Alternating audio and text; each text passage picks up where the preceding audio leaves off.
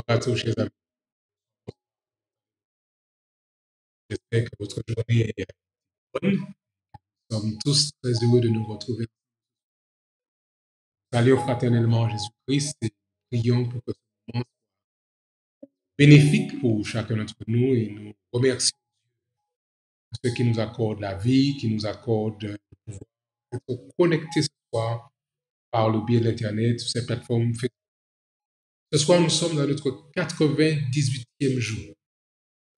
Commencé le 27 mars et nous nous rapprochons tout doucement mais sûrement de ce dernier jour du 4 juillet. Nous allons terminer ces 100 jours de prière, une expérience que nous n'oublierons jamais. Dieu nous a conduits, nous a accompagnés et malgré le fait que le Covid-19 a été l'élément déclencheur, nous croyons que toute chose concourt au bien. Je veux donc vous accueillir, chers amis, fraternellement ici, quel que soit de là où vous êtes connectés. Vous êtes connectés, bien sûr, ici, à Dakar ou dans la région du Sud. Bienvenue à vous. Si vous êtes connectés dans le bassin de l'Afrique de l'Ouest, vous êtes aussi les bienvenus. Si vous êtes connectés un peu plus loin, que ce soit aux Antilles françaises, que ce soit en Haïti, que ce soit à Montréal, que ce soit à Paris ou dans la région parisienne, merci d'être là ce soir et nous croyons que Dieu a quelque chose de spécial pour nous. Je vais vous inviter à prier avec moi. Donc, on le partage. Père éternel, merci pour ton amour. Merci.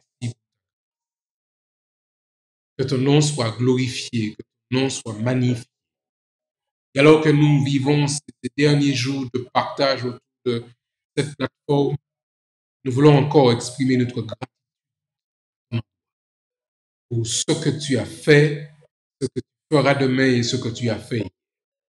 Alors que nous ouvrons ta parole, Seigneur, viens toi-même nous instruire, parler à nos cœurs. Prépare-nous à entendre ta voix. Et au nom de Jésus.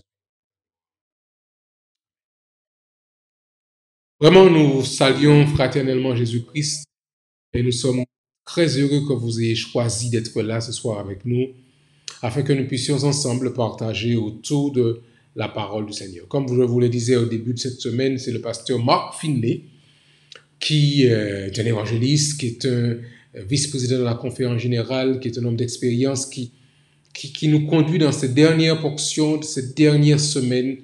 Et je suis vraiment très heureux de ce que Dieu nous a accordé, ces grâces, pendant ce temps de prière, pendant ce temps de partage autour de la parole de Dieu. Le texte que nous avons pour ce soir est tiré du livre du prophète Jérémie, au chapitre 29 et au verset 7. Jérémie 29 et le verset 7. C'est une portion de la vie des enfants d'Israël, assez particulière d'ailleurs. Mais j'aimerais que nous puissions lire ce texte et découvrir ce que Dieu a en réserve pour son peuple et pour ses enfants. Jérémie, chapitre 29 et verset 7. Je pense que vous l'avez trouvé. Jérémie 29, verset 7. Recherchez le bien de la ville où je vous ai mené en captivité et priez l'Éternel en sa faveur, parce que votre bonheur dépend du ciel. Voici un texte qui est intéressant et une situation assez particulière. Vous connaissez l'histoire des enfants d'Israël, de Juda en particulier. À cause de l'infidélité du peuple des enfants d'Israël et de Juda, l'Éternel permet qu'ils partent en captivité à Babylone. Jérémie a été le prophète qui annonce l'information aux enfants d'Israël de l'époque, aux enfants de Dieu de l'époque. Et si vous lisez les versets qui précèdent le verset 7, il est dit, je lis à partir du verset 4, « Ainsi parle l'Éternel des armées, le Dieu d'Israël, à tous les captifs que j'ai emmenés de Jérusalem à Babylone. » Donc, c'est une volonté même de Dieu de ce que ses enfants se retrouvent en captivité à Babylone. Bâtissons ou bâtissez des maisons et habitez-les. Plantez des jardins et mangez-en les fruits. Prenez des femmes et engendrez des fils et des filles. Prenez des femmes pour vos fils et donnez des maris à vos filles, afin qu'elles enfantent des fils et des filles, et multipliez là où vous êtes et ne diminuez pas. Et puis il dit au verset 7, c'est le verset qui nous intéresse pour ce soir, recherchez le bien de la ville où je vous ai mené en captivité et priez l'Éternel en sa faveur, parce que votre bonheur dépend du ciel. Vous savez, nous connaissons le texte de l'apôtre Paul où il dit « Toute chose concourt au bien de ceux qui aiment Dieu ». Et beaucoup pourraient se plaindre de ce que Dieu les a conduits en captivité et ils pourraient donc être en colère, si vous me permettez l'expression, et de ne pas partager avec ceux et celles qui sont autour d'eux. Or, Dieu veut, chers amis, que quel que soit là où nous sommes, nous puissions partager ce que nous connaissons du Dieu vivant avec ceux qui sont autour de nous. Et il donne ce conseil, cette recommandation au peuple des enfants d'Israël. Même si vous êtes placés là en captivité, que vous êtes déportés de votre ville de Jérusalem à Babylone, Dieu dit cependant, puisque c'est là que vous êtes, recherchez le bien de la ville où je vous ai mené en captivité. Et il dit, il va encore plus loin dans sa démarche, priez l'Éternel en sa faveur. Chers amis, quel que soit là où se trouve un enfant de Dieu, écoutez bien, il a un ministère à exercer. Quel que soit là où se trouve un enfant de Dieu, il a un ministère à exercer. Si Dieu vous a placé dans une ville, il sait pourquoi. Si Dieu vous a placé ou permet que vous viviez dans un quartier qui est un quartier chaud, un quartier difficile, Dieu attend de vous que là où vous êtes, vous puissiez laisser briller votre lumière, que vous puissiez impacter, nous le disions l'autre soir, impacter la ville où vous êtes, impacter le quartier où vous êtes placé, impacter la rue où vous êtes placé. Que tous sachent, vos voisins, vos collègues de travail, que ceux qui habitent dans le secteur, que tous sachent, ici habite un disciple de Jésus. Alors, nous savons bien que les villes sont des concentrations de population. Et il y a parfois autour de cette ville beaucoup de pollution, il y a parfois des poches de violence, il y a parfois des situations qui sont vraiment tendues. Ce n'est pas facile d'habiter en ville et beaucoup souhaiteraient pouvoir quitter la ville. Les concentrations de population se trouvent dans les villes depuis Jubal-Caïn, qui est le père de la première ville. Dieu s'est toujours cependant, chers amis, Dieu s'est toujours cependant intéressé aux villes ou intéressé aux habitants des villes. Dieu s'est intéressé à Sodome et Gomorrhe, vous vous rappelez? Et Dieu disait qu'il y avait là l'eau qui devait être celui qui devait rayonner, briller pour Jésus. Il s'est intéressé à Sodome et Gomorrhe. Dieu s'est intéressé de la ville de Ninive, à tel point qu'il envoie son serviteur Jonas porter l'évangile vers cette ville qui était tellement mauvaise que Jonas refuse d'y aller. Il dit, comment Dieu peut m'envoyer dans une ville aussi mauvaise? Et je sais qu'ils ne vont pas accepter. Et pourtant, Dieu permet que ces hommes acceptent le message de Jésus-Christ. Dieu s'intéresse à la ville de Babylone, à tel point qu'il demande aux enfants d'Israël, quand vous y serez, priez pour cette ville. Priez en sa faveur, parce que votre bonheur en dépend. Alors que le roi Salomon prie pour l'inauguration de cette église, de ce temple qu'il a construit à la gloire de Dieu, il fait une prière particulière. Et dans sa prière, il reçoit cette réponse du Seigneur. Si mon peuple, sur qui est invoqué mon nom, s'humilie, s'il prie, s'il cherche ma face, s'il se détourne de ses mauvaises voies, je l'exaucerai des cieux et je guérirai son pays. Mes chers amis, la conviction que nous partageons, c'est que nous pouvons, vous et moi, changer la réalité d'une ville grâce à la puissance du Saint-Esprit habitant en nous. Même si à l'origine, Dieu n'avait pas choisi de placer l'homme dans une ville, il avait choisi de placer Adam et Ève dans un jardin parce qu'il voulait qu'il soit dans le meilleur cadre possible pour pouvoir vivre et habiter. Cependant, chers amis, Dieu s'intéresse aux villes, il s'intéresse aux habitants des villes. Et c'est tellement intéressant de savoir que Dieu va lui-même créer la ville. Il va créer sa ville. Celle que l'Apocalypse présente comme étant la nouvelle Jérusalem, la cité sainte qui un jour descendra du ciel, afin que nous puissions y habiter. Et Dieu aura son trône sur cette terre, dans cette capitale, dans ce chef-lieu, qui sera le chef-lieu, la capitale du royaume de Dieu. Mes chers amis, aujourd'hui, il y a de grandes villes qui ont besoin d'entendre parler de Jésus-Christ. Ces grandes capitales, ces grandes métropoles ont besoin d'entendre parler de Jésus-Christ. Grandes villes comme New York, comme Paris, comme Chicago, comme Dakar, ici où nous sommes. Vous avez ces grandes villes de la Chine. Ils ont besoin d'entendre parler de Jésus. Ellen White déclare dans le livre Évangélisé à la page 26, cette phrase que je voudrais partager avec vous ce soir, chers amis. L'importance de frayer dans les grandes villes un chemin à l'évangélisation continue à être maintenue devant moi. C'est ce qu'Ellen White dit. L'importance de frayer un chemin pour l'évangélisation continue depuis de nombreuses années. Elle dit encore, le Seigneur n'a cessé de nous presser d'accomplir cette tâche.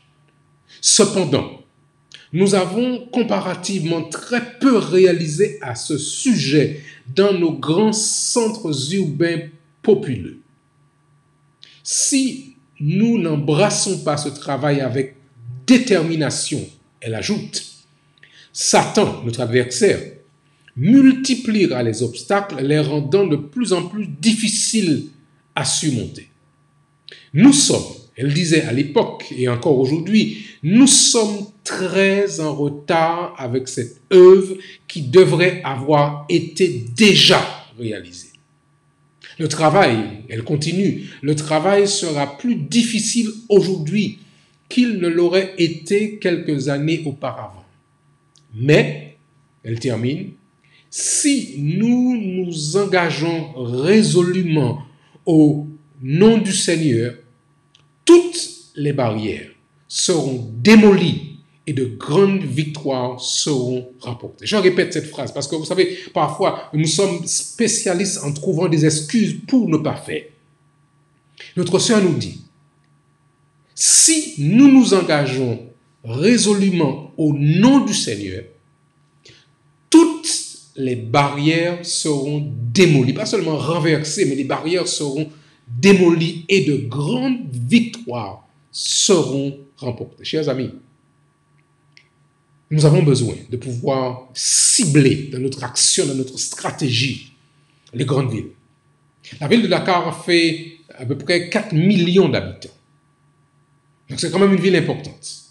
Et pour nous ici, c'est un poids sur notre cœur. Seigneur, comment faire pour pouvoir toucher cette ville grouillante de personnes qui bougent, qui vont et viennent, et qui souvent ignorent que le Seigneur a un plan fantastique pour chacun d'entre eux. Et nous voulons que Dieu nous aide à pénétrer cette ville, à laisser une trace, un impact sur cette population. Les grandes villes comme Paris ont besoin de pouvoir entendre. Les grandes villes comme Londres ont besoin d'entendre parler, comme San Francisco, comme Los Angeles. Ces grandes villes ont besoin d'entendre parler de Jésus. Parfois, ce sont de véritables Sodomes et Gomorrhes. Il se trouve que la majorité de la population du monde vit dans les villes. Si nous devons demander à Dieu de nous montrer quand il faut déménager à la campagne, nous ne devons pas pour autant, chers amis, négliger le travail dans les villes. Des milliards de personnes sont piégées, sans espoir, dans les dépendances, dans le bruit, dans les distractions, la mode de vie qu'on le retrouve dans les villes. Alors il nous faut, vous et moi, demander à Dieu de nous inspirer des voies et moyens afin que quelque chose se passe vers ces villes. Alors il se trouve que tout le monde dit oui Seigneur, on veut, mais pas pour moi, pas moi, je ne veux pas y être. Dieu a besoin d'hommes, de femmes, de jeunes gens, de jeunes filles qui comprennent qu'il a besoin d'eux pour pouvoir faire ce travail. Prions pour que Dieu nous permette d'avoir à cœur le ministère dans les villes. Peut-être qu'il nous faut demander à Dieu de nous aider à créer ce qu'on appelle un centre d'influence. Une entreprise axée sur le ministère afin d'atteindre les âmes perdues dans une approche globale au travers de différents ministères auprès des habitants de votre ville, de notre ville. Pourquoi ne pas demander à Dieu ce soir de nous montrer comment exercer au mieux une action, un ministère auprès des habitants de votre ville. Alors, beaucoup de choses se passent depuis ces quelques mois. Il y a des actions qui se passent de manière particulière, mais je crois que nous avons des raisons de pouvoir demander à Dieu de nous aider à pénétrer ces villes. Il disait à Jérémie, en parlant à son peuple, « Recherchez le bien de la ville où je vous ai mené en captivité. Priez l'Éternel en sa faveur, parce que votre bonheur dépend du sien. » Alors prions ce soir. Prions pour nos villes, nos grandes villes du monde qui se transforment de plus en plus, je le disais il y a un instant, en Sodome et Gomorrhe. Prions pour que Dieu nous aide afin que notre famille, notre église deviennent des centres d'influence. Vous savez, parfois nos églises sont tournées sur elles-mêmes. Nous sommes dans un vase clos. Alors que nous devrions être tournés vers l'extérieur, ministère tourné vers les habitants qui habitent dans nos villes.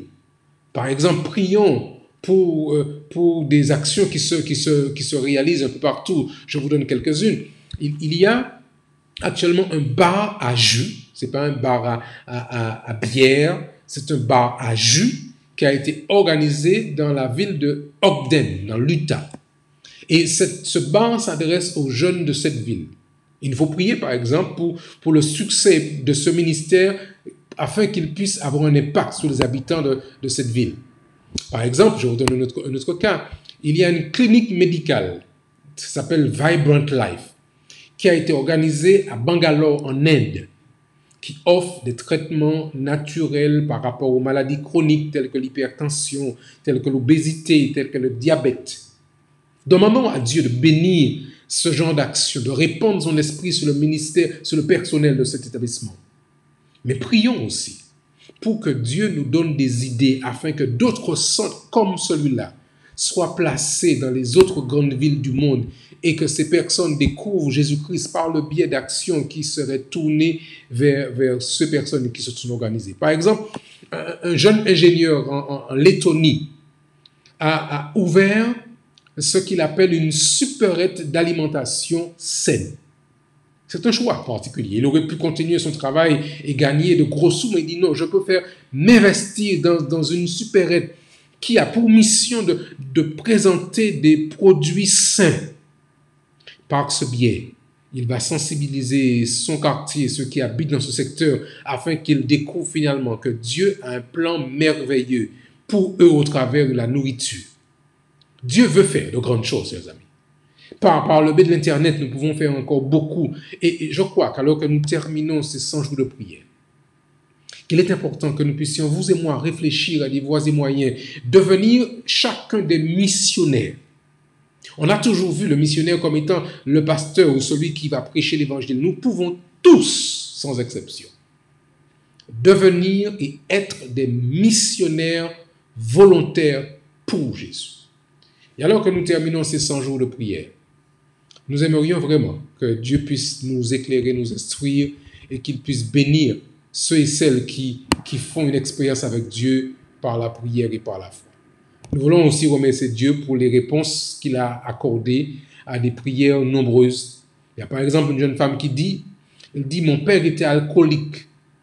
En tant que famille, nous avons prié pour que le Seigneur le libère de cette servitude. Et Dieu l'a fait. Alléluia. Mon père, elle dit, maintenant participe également aux sessions des 100 jours de prière et il est même enthousiaste pour diriger la session de prière. Gloire à Dieu. Voilà ce qui se passe. Amanda dit, je communique avec des soldats américains dans la zone de guerre et je partage avec eux les 100 jours de prière. Il y a encore beaucoup de choses qui se passent actuellement. Dieu fait des miracles, chers amis. Donc, nous avons des raisons de louer Dieu. Nous avons reçu des rapports de jeunes enfants qui participent avec passion à des réunions de prière partout dans le monde. Il faut donc que ce travail continue et que Dieu bénisse ce qui a commencé par son esprit et que nous puissions, même après les 100 jours de prière, continuer l'action afin que Dieu réalise ce qu'il a promis pour son peuple et pour ses enfants. Il nous reste quelques minutes ce soir. Je voulais que nous puissions prier.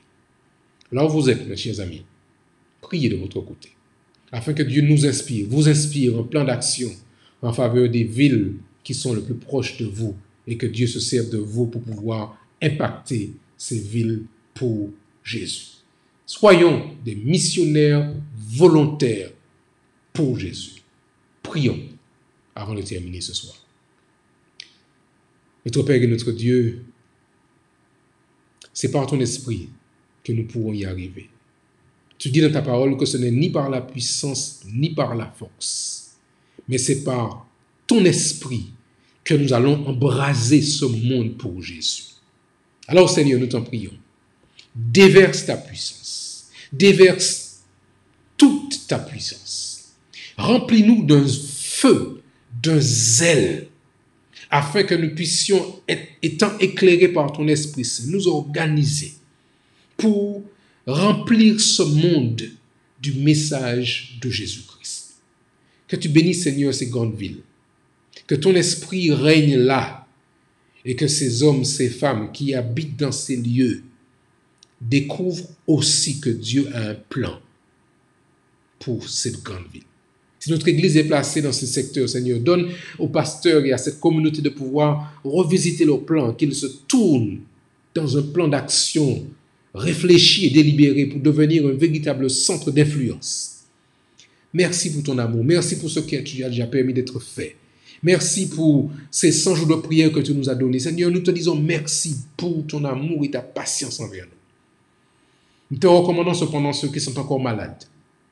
Le Covid n'est pas encore mort, il est encore là. Et nous te demandons, Seigneur, de retenir les vents et de pouvoir nous donner, de passer à l'action par ton Esprit Saint, afin que des hommes et des femmes découvrent que le Seigneur sauve et qu'il guérit.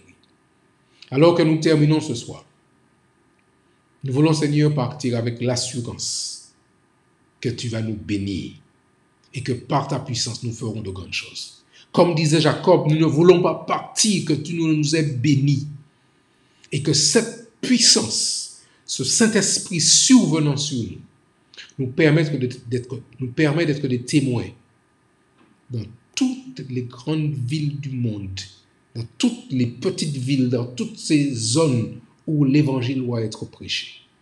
Merci Seigneur de nous entendre. Merci de nous exaucer. Réponds aux prières de tes enfants qui prient avec moi en cet instant. Et que l'honneur, que la louange, que la gloire te soient rendues maintenant et pour l'éternité. Amen. Amen. Chers amis, merci d'avoir été présents avec nous ce soir. Je sais que vous continuez à prier. Je vous invite à continuer à le faire Et nous allons nous retrouver demain soir. Demain, c'est le 99e jour, l'avant-dernière. Mais Dieu est bon. Il prend soin de vous. Il veille sur vous, garde. Et nous avons rendez-vous demain soir. Bonsoir à tous. Que Dieu vous garde, qu'il vous protège. Et comme nous avons rendez-vous demain soir, très bientôt. Que Dieu vous